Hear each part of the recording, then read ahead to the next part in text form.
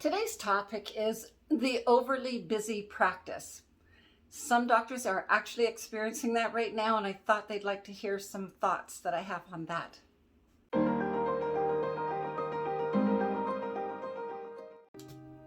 I'm sure there are days when you feel that you would like to go home and start the day over, or better yet, sleep a long time and come in fresh the next day.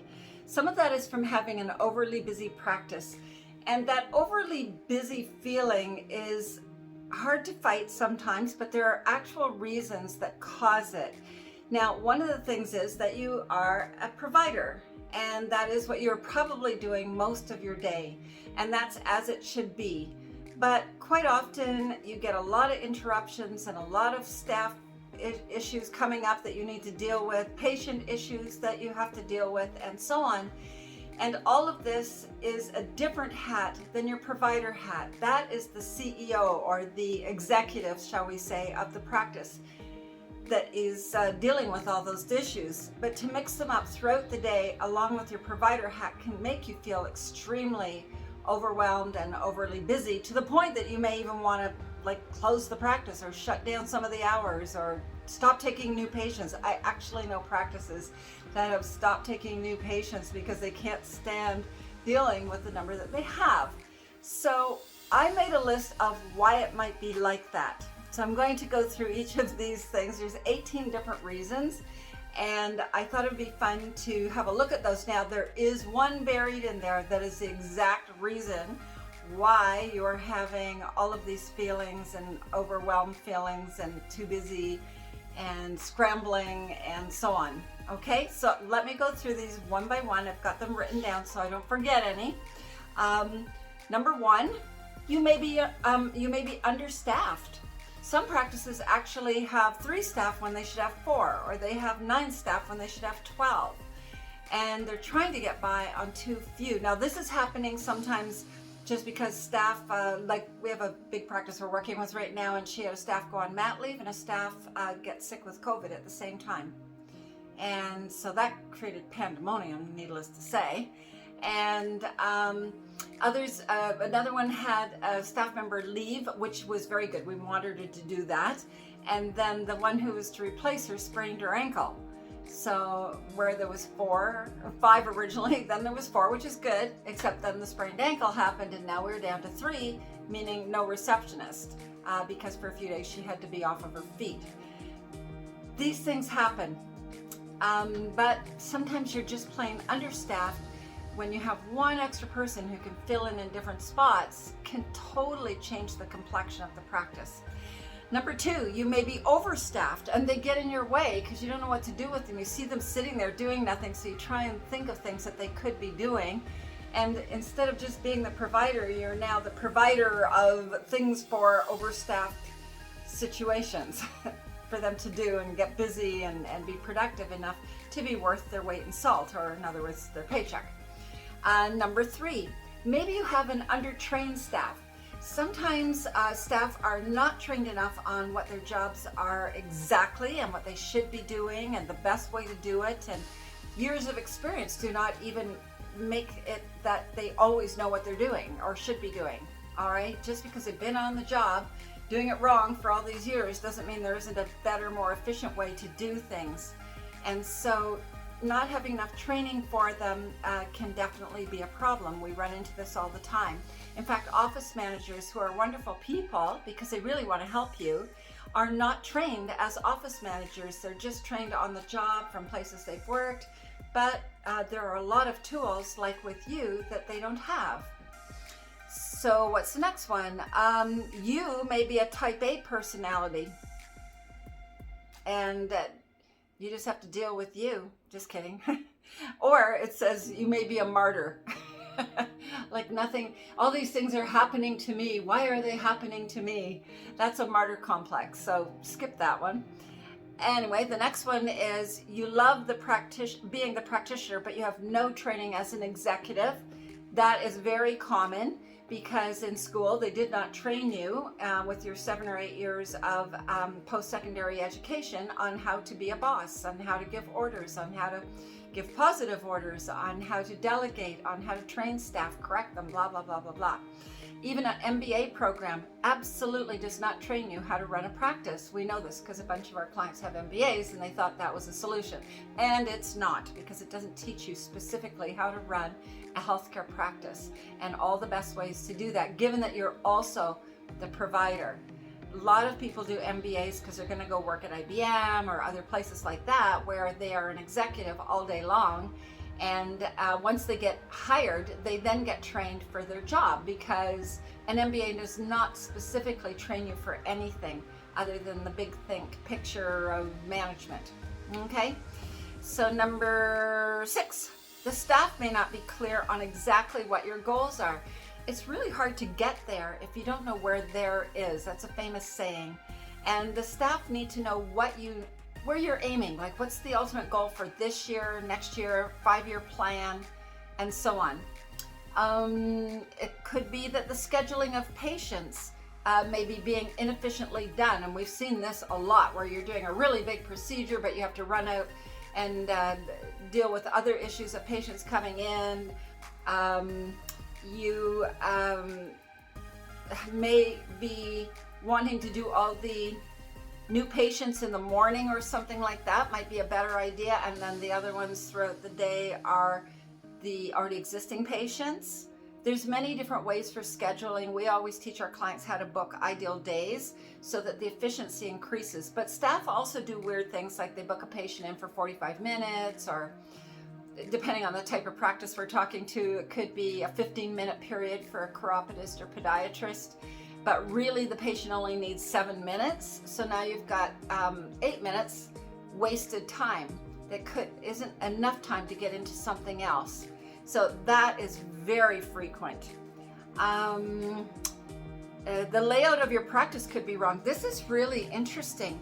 A lot of practitioners have practices that are really, you bought the practice and you got it came with what you got.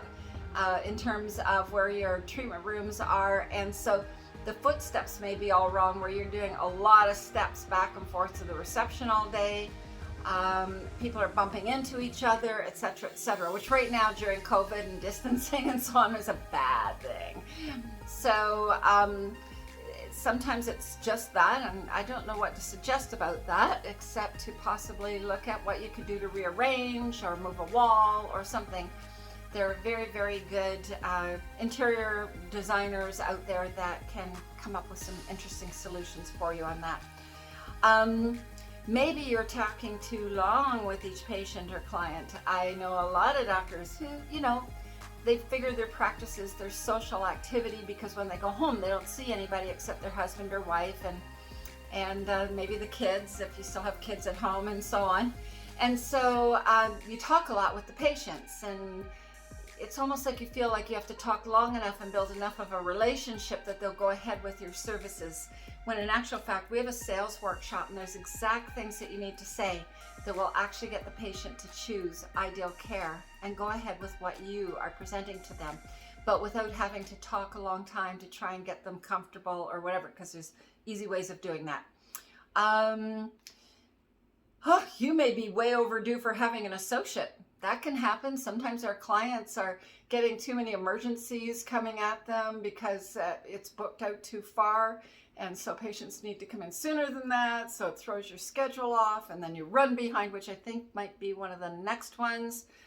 But definitely should be on the list. Running behind drives everybody crazy, drives the front desk staff crazy, because they're trying to handle the patients that are sitting there waiting and feeling like they're not being cared for, and so on. So what's next? Maybe your practice hours are not workable for your patient base, and so they're always trying to crowd in during day hours, let's say, or during evening and Saturday hours if you have those, and so you can feel like overly busy during those times. Maybe you're not delegating enough to your team, because the team is there to service you. If you became a healthcare professional for exactly what you're delivering now, And that's what you're supposed to be doing, but you only have two hands, so you can only do so much as one person. This is why you hire staff, so they can take off some of those duties off of you, which allow you to do more providing. And that is what staff are there for. Yes, they get a paycheck for doing that. Yes, it's great that they're doing that, but they need to understand that the reason they're there is to save your time so that you can treat more people and give them better quality service. Therefore, if everybody was aligned on that, you might see a different practice.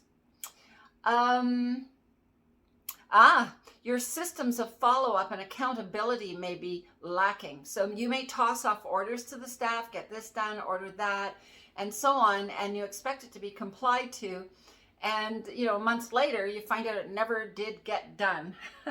So that would be very uncomfortable for you on an ongoing basis, making you feel like you need to do everything, because if you don't, it ain't going to get done. But that's not true. That, again, is your skills at training staff. And there's other ways of having accountability, like putting the writing in order and having a system to follow up on them to make sure they got it done on time, and that they report back to you exactly, precisely what they did do to your orders so that you know if it was done properly. Maybe you're not booking ideal days. That's sort of similar to what I was talking about earlier. Some people are morning people and they want to do the difficult procedures in the morning, and then in the afternoon, when they're not quite as sharp as early morning, they would like to do the more routine, mundane things. Vice versa, some people are terrible in the morning and they just want to do the snooze items or snooze treatments first, and then they work up to getting the more intricate, difficult, thought-provoking, intense concentration kind of activities. Okay. Oh, management is not your thing. You could have an attitude about that, and that could actually be the problem with your practice too. I mean, any one of these can be, but this one's funny because just having the attitude, I'm not trained as a manager and I'm not an executive. I can't tell you how many of the 6,000 doctors I've analyzed their practice for have said to me, I'm not a leader. Management is not my thing. And my response is, but you own the practice, so you don't have a choice. You can delegate it, but it's your reputation, your take-home profit, and bottom line, your reputation on how well that staff member, whose reputation it is not, whose pay it is only somewhat, but not their profitability, and so on.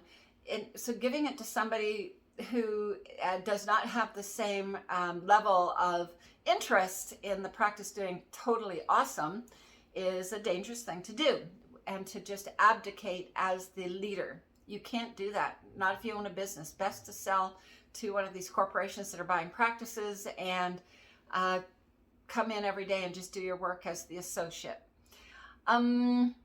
Sometimes you need a bigger location. That kind of went along with the other one, that your layout of your practice could be wrong, but it also could be that it's too small and you're trying to fit in a lot of providers and bumping into each other, and the scheduling is getting weirder and weirder, and the hours are going from like 7 in the morning till 10 at night, and Saturday and Sunday. I've seen this happening in a few practices where they're trying to take advantage of every hour that a patient might be willing to come in and fill it up, because they only have, so many treatment rooms and so on.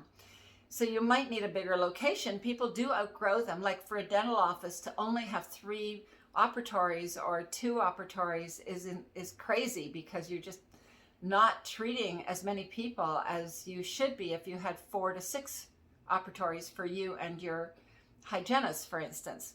For chiropractors, 2 rooms usually does fine. So if you've got an associate, you need 4 rooms, and so on. For veterinarians, 3 treatment rooms plus a grieving room or comfort room, whichever you prefer to call it, where somebody can rest and be with their animal when it's being euthanized, etc. These are very important. And then if you get an associate, you're still one may do surgeries while the other one's doing appointments and so on. It starts to become a juggling act on how to schedule everybody. So sometimes it really pays you to open your own location. Never mind that you can sell it for a lot more one day because you own a bigger location or own a location at all. Okay, here's one more. You have given up trying to solve the situation and just gave into it. I'm just too busy. There's nothing can be done about it. And that's the way it is. And I'm just going to live with it. And I'm going to try and take vacations 7 or 8 times a year. And then your vacations, have you ever noticed you work very hard before your vacation, and then when you come back from vacation, you have to work double hard to make up for being off for a couple of weeks? That's a practice that's not running well. And so we need to fix that so that the lead up to your vacation and the return from your vacation are as normal. And you can enjoy yourself without that fear of coming back to a whole horde of angry patients or needy patients, okay? And here's one more. This is the last one, number 18. You have too many staff reporting directly to you. That could happen. That's why having, like if you've got a lot of staff, you may have a front area group and a back area group, the technical group. And so dividing it that way and having a practice manager or office manager over each of those 2 areas, front desk manager, technical manager, these are tools for you, or people for you. I didn't mean tools, but these are people for you to use to get things done. And that is very often the case in a bigger practice where you've got like 10 staff or 20 staff and they all report to you as the CEO while you're trying to be the provider. And that can just drive you crazy. So did you figure out amongst all of those examples which one is the right one? Kind of gave you a clue in the middle so you would guess it. But it actually is number 5. You love being the practitioner but have no training as an executive. And bottom line, as I said before, an MBA does not qualify you to run a practice. And on-the-job training and School of Hard Knocks are definitely hard on you, and you never do get all of the ideal ways of doing things. And so the first thing we do when we start working with a practice and doing consulting and training, the first thing we do is unload the overly busy executive. That's always the very first thing that we do. I'm going to tell you what the second thing is. Turn the page. If you were a well-trained executive, I wanted to read you these points here because they're exact tools that you need, precise tools that you need as the executive of the practice.